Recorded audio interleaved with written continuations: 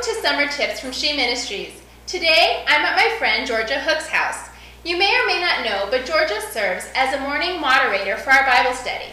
And also joining us today is my daughter, Michaela, who has been wanting to learn how to use a sewing machine. So Georgia has offered to help her with just that. Georgia, would you like to share with us when you started to sew and why you started to sew? I would love to do that. I started to sew when I was a little girl. My mom used to sew all of my clothes for me. Not all, but quite a few of them, because in those days it was cheaper to sew.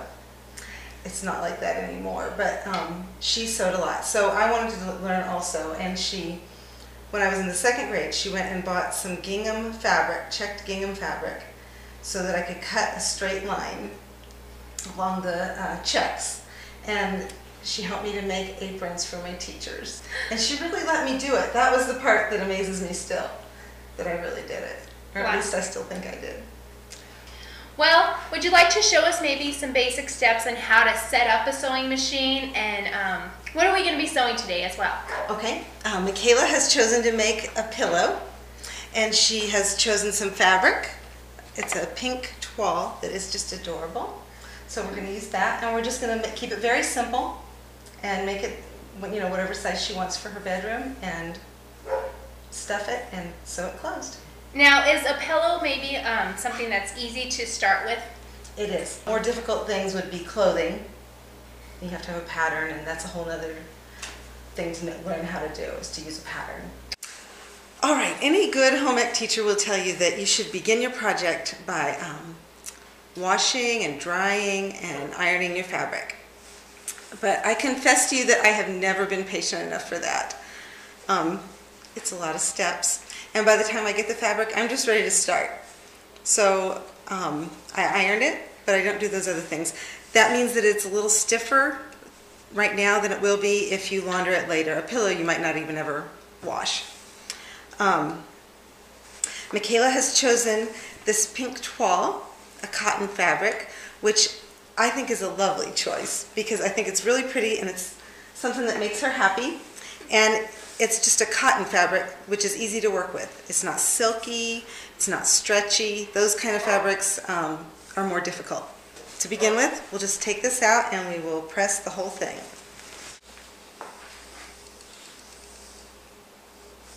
So now we're going to cut it out. So when you're ready to cut out your fabric, put the right sides together. And see this little part here that has little holes in it? And it's not, like this has been cut by scissors and you can tell it's kind of jagged. And this part is not at all. This is called the selvage. And that part will never ravel out. Like this ravels out, but the selvage never will. So when you're getting ready to cut out your fabric, line up your selvages, because they, that's where you know the grain of your fabric will be straight. So now we're just cutting the piece of fabric that's under so that it matches the one that we know is straight. When you make your pillow, if you think, oh, I want my pillow to be about this big, you're going to want the fabric to be a little bit bigger than you picture the pillow being. Because when you put the stuffing in, it'll take up some space. Does that make sense to you? Yes. Okay. All right, so we have this edge that we know is straight from the people who made the fabric. And this edge we know is straight because we made it that way, right? So now we flipped it up like a triangle. And we'll just make sure that both sides are the same. So it's 15 inches there, right? And then 15 inches there. We're just going to do this so that it'll hold it right in the exact spot where you want to cut it. I pointed them away from where you'll be going with your scissors. Okay? And these scissors are just regular sewing shears, which means they cut the fabric straight. We have these two, which are called pinking shears, and they do it in a little zigzag. We're going to pin it and get it ready to sew now. That's our next thing. So now we're at the sewing machine, and we have it all threaded and everything, and each sewing machine is different for threading. Basically, they all have your spool of thread that's going to go up here, and that will, you know, come down into your needle. All right. And then you've got your bobbin, which looks like this. And that is the thread that's going to come up from the bottom. Because what your sewing machine is going to do is going to just kind of loop the two threads together, almost in little knots, to make it so that it'll hold a seam. That's what makes your seam. Put this in here, and then we'll pull the bobbin thread up with the needle. See how they kind of loop there? That's how we... Okay, so we're going to zigzag this. So we have a straight setting and then 3 different zigzag ones.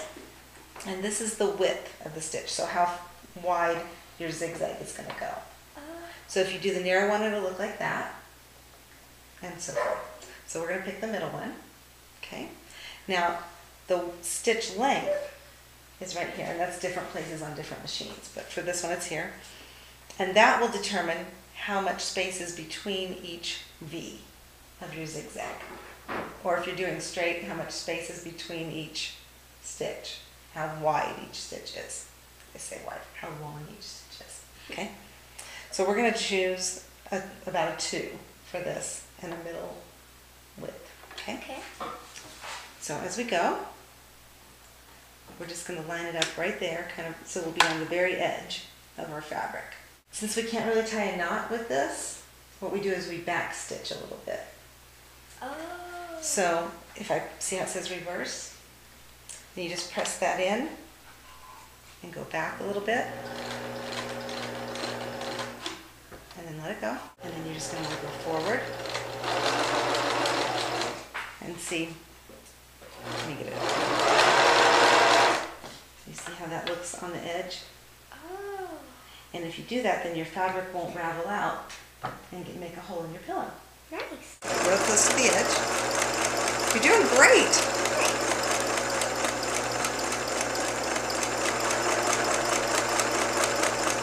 Okay, when you get to the edge like that, then we're just going to do this to get the needle down in it. All right. Okay? And then, so the needle's holding your fabric, and this little piece right here raises up the foot feed. That's what this is. So you're going to turn that, and then you can turn your fabric, put it down, and continue on. Oh. So now we're going to make the little knot at the end like we did at the beginning. So press it in, and you kind of have to hold it hard. There you go. And then you're just going to press your foot feet down here at the same time. All right. There you go. That's it. That's your knot. Piece back here that you can use to cut the threads. So if you pull them like this, watch, it's like magic. I'll show you, then you can do the next one. See how I'm just pulling the threads straight and tight like that? And you do this. Oh. All right, so now we're going to start the other side. We have 2 pieces exactly the same. We're going to go ahead and finish the edges on the second piece. Okay?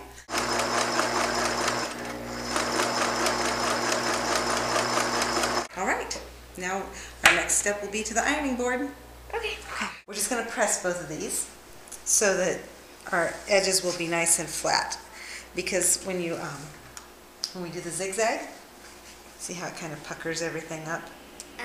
So we'll make it not that way anymore. And we'll do that to both sides. See how this fabric has a direction to it because there's a picture on it? When you make your pillow, you're going to want to make sure that up is up for both sides. Does that make sense to you? Yes. So when we sew it, we'll sew it with the right sides together, and then we'll turn the pillow inside out. You've probably done things like that with your hand sewing, right? Okay, so that's what we're going to do with this. So we've got the cute little kids going the right direction. Okay. What I would do is to pin the corners first. Right. Okay. Right here? Only when you do it, I would just always kind of make that so it goes away from the edge, like that. All right. Okay? So let's put our opening that we're going to have to hand sew at the bottom. All right. So that when you lay it on your bed, you will see that least of all. Does that make sense? Yes. All right, so what I usually do for that, you want an opening about that big so you can get your hand in there good to get the stuffing every place you want it. So to remind myself not to sew that shut, I like to do this. Put 2 pins there on each side so that I know to start by the 2 pins and end with the 2 pins. on these other sides that are all going to be the same, probably if you just put 2 on each side, that'll be enough to hold it together so you don't get, so your fabric will stay together as you sew. Okay, so you want to just put 1 there and there on each side. All right, so we have it all pinned and we're ready to go sew it shut. Okay. Okay. All right, so now that we're going to sew it shut, it's going to be a regular stitch, a straight stitch instead of a zigzag. All right. Okay, so we'll want to move this to the straight stitch. Okay, and we'll still keep our, we can make it, that's a pretty good stitch length. If you make your stitch length smaller, it's going to make a really tight seam. And if you make it wider, like longer, like a 4, 0 through 4, a 4 would be a very loose stitch. Easy to rip out. To know how wide your seam should be, the standard is called 5/8 inch, which is just 5/8 of an inch, what it says. And you see this little guide right here? Yes. This little groove? That if you keep the edge of your fabric right on that guide, these are for different lengths, but if you use this one here, that will be 5/8 inch. Oh. So if you just kind of watch as you go, and we don't want to sew right over those pins, but since we know we're starting on those, and those are our double pins, since we have that spot, we'll go ahead and take those out. So the next thing we'll do is we'll turn this right side out, All right. and then we will press it right side out before we stuff it. Okay. Okay, to turn it right side out, here's our little opening we left right here. So just kind of reach in there. I won't do it, but I'll show you. And kind of pull this and pull it right back through. All right. Okay? And we're going to press it as if it were already sewn. Okay? And that'll show us where we want to sew by hand when we close it. All right. So now we're going to stuff our pillow. You can buy stuffing new in a big plastic bag at the fabric store. Or if you have an old pillow that you don't want anymore, you can use the stuffing from that, which is what we're going to do. So you want to take your stuffing and kind of pull it apart to fluff it up. And then, it's kind of a weird thing. You have to pull it apart and then smash it back together in the pillow. Or else your pillow gets kind of lumpy and weird. I always like to try to stuff the corners first. Okay. Because if you don't get those first, it's harder to do. When you make it today, you want to make it to be a lot fluffier than what you think you want it to be. Almost like a brick. Because after a few times of using it, it sits around a little bit and they go flat. All right, we are going to do our final step, which is to sew it shut with the invisible stitch. And you know how when we press this, we were very careful to make a crease right there. Yes. Okay, and this is why. Because now we know exactly where we want our stitching to go. So what we're going to do is just get that right together like that. And then we'll pin it.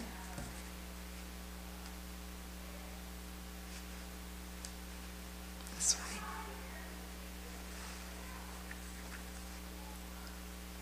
Now to hide the knot so that nobody sees it,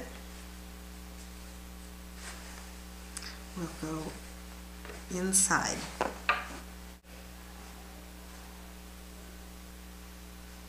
Okay, so Michaela sewed her little invisible stitch and we tied a knot. And now she has her pillow. So maybe you have a shirt at home that you want to use to make a pillow for your favorite chair or for your bedroom. Feel free to use it. Recycle things within your home. Just like Georgia used the same pillow to stuff this pillow, you too can do that at home to be Thrifty. exactly. Yes. And if you want to use an old shirt that was your favorite shirt, maybe you've outgrown it, or maybe I've outgrown it. Either one, you could choose that shirt and make it into a pillow, and then you'd save it forever. If it's a t-shirt, it won't come out quite as beautiful as Michaela's pillow did, probably, because it's stretchy and a little bit more difficult to sew everything perfectly. But if that doesn't matter, use the t-shirt and it'll just be a cozy little pillow that you like. Thank you again for joining us this week, and we hope that you join us again next week for more summer tips from She.